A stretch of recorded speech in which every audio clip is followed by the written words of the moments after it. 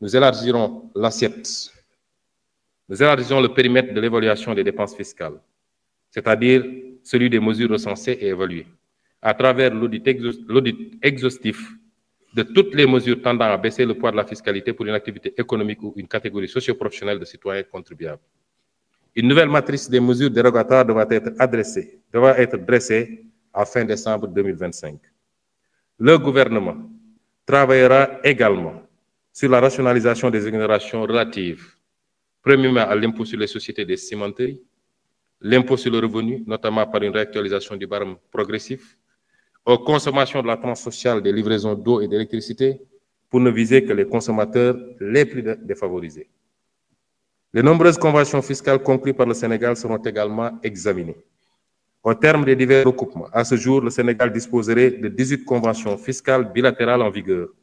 Cette politique est un véritable boulevard à la fraude et à l'évasion fiscale. C'est pourquoi, conformément aux directives du président de la République, nous procéderons au retrait du Sénégal de toute convention bilatérale avec un paradis fiscal et renégocierons les clauses défavorables des conventions conclues avec des États à fiscalité normale lorsque ces conventions nous sont défavorables.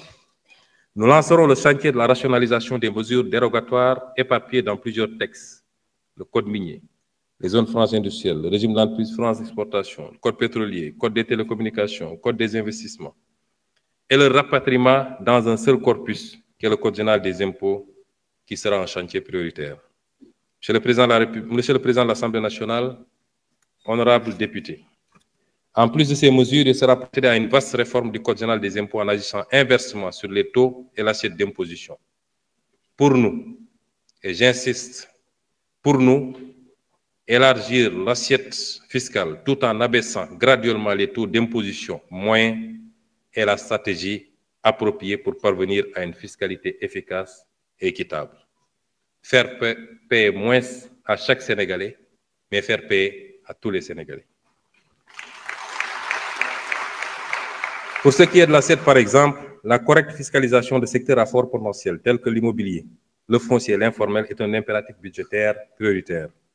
Par ailleurs, nous procéderons à la réinstauration du dispositif de contrôle et de taxation des appels entrants, supprimé en 2012, juste quelques mois après l'arrivée au pouvoir du précédent président de la République. Initialement, la taxation sur les appels entrants devait permettre à l'État d'engranger des recettes parafiscales de l'ordre de 50 milliards par année.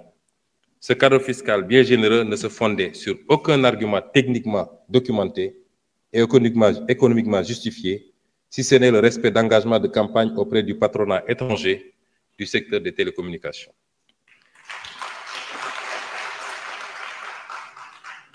Ce renoncement a fait perdre au Trésor public des centaines de milliards, minimum 600 milliards de 2012 à 2024. Mon gouvernement s'engage dès ce premier trimestre 2025 à remettre sur la table cette question, une étude documentée impliquant toutes les parties prenantes, ministère en charge des télécommunications, ministère en charge des finances, ARTP, Direction générale des impôts et des domaines, opérateurs de téléphonie, association de consuméristes, sera réalisée. Sur cette base, une nouvelle réglementation instituant un système de contrôle et de taxation des communications téléphoniques internationales entrant en République du Sénégal sera adoptée. Un accent sera consacré à la formation des administrations pour leur permettre de pouvoir faire face aux opérations complexes d'évasion, notamment les opérations transfrontalières, telles que les prix de transfert, les montages abusifs et autres, qui appauvrissent le pays de ressources précieuses pour le financement de son développement. Enfin, nous lutterons farouchement contre les pratiques permissives, corruptrices et dommageables à l'intérêt national, telles que celles consistant en des manipulations du Code général des impôts, pour y introduire des dispositions comme les remises gracieuses aux entreprises ou la procédure de l'arbitrage fiscal permettant au ministre chargé des Finances de renoncer à des recettes fiscales votées par l'Assemblée nationale au nom du peuple sénégalais. S'agissant de la douane, le système de douane, de dédouanement du Sénégal étant ad valorem, c'est-à-dire basé sur la valeur transactionnelle des marchandises, il entre souvent en contradiction avec la volonté de l'État d'élaborer des politiques de soutien au pouvoir d'achat des populations qui nécessitent l'adoption de méthodes ad hoc. De méthodes ad hoc discutées avec les acteurs institutionnels et les opérateurs économiques pour arrêter un niveau de dédouanement qui satisfait cet impératif, d'où la nécessité d'une révision du Code des douanes pour intégrer la possibilité légale d'adopter pour une liste limitative de produits considérés comme essentiels. Et cette liste sera fixée annuellement par arrêté du ministre en charge du budget, un système de dédouanement spécifique à l'importation. Sur le plan de la transparence dans les lieux d'exercice du pouvoir de l'agent public, il sera procédé à l'ouverture des espaces de travail, surtout dans les bureaux de dédouanement. En effet, les efforts consentis en matière de dématérialisation des procédures, au lieu de créer un environnement nouveau, marqué par un traitement sans papier et sans usager, ont laissé des pratiques corruptogènes perdurer